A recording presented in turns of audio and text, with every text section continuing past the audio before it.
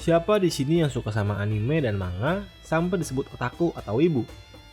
Bagi kalian yang sudah biasa nonton, pasti nggak asing deh sama istilah hikikomori.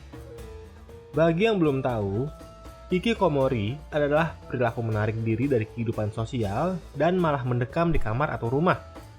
Kalau orang kita nyebutnya mungkin ansos atau antisosial. Kedengarannya sih sepele ya, tapi ternyata tidak sesederhana itu. Jadi sebenarnya apa sih penyebab hikikomori? Apa aja ya dampaknya? Hikikomori bisa dipahami sebagai upaya penarikan diri dari kehidupan sosial.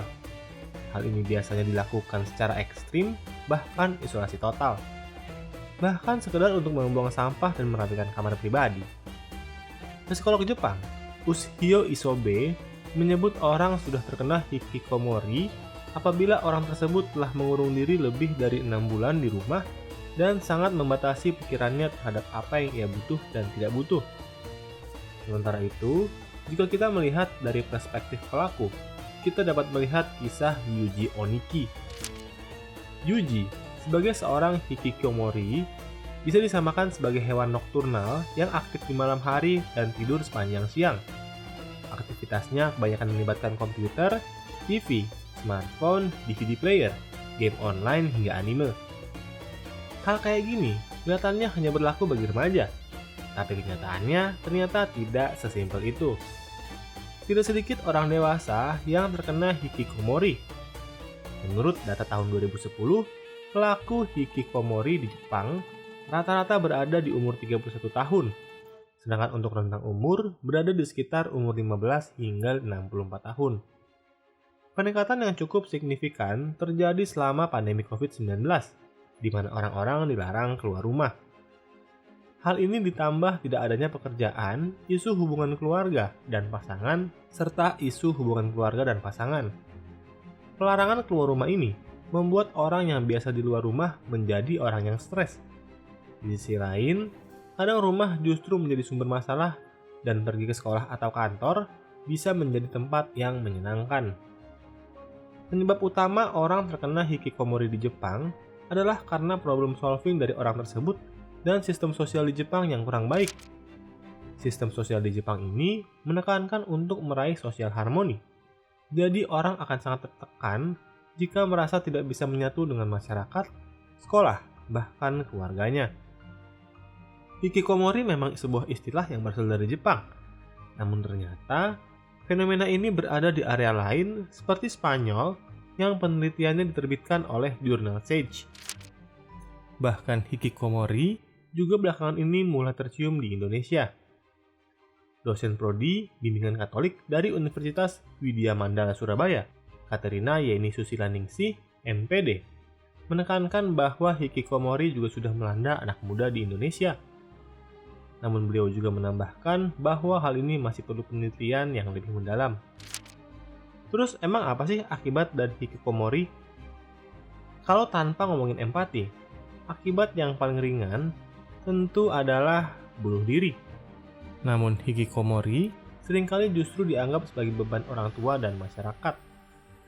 Hal ini dikarenakan tidak sedikit hikikomori yang berujung melakukan tindakan kriminal. Misalnya, ada seorang berumur 60 tahun yang membunuh kedua orang tuanya yang berumur 88 dan 87 tahun. Kasus ini terjadi di Fukuoka, Jepang.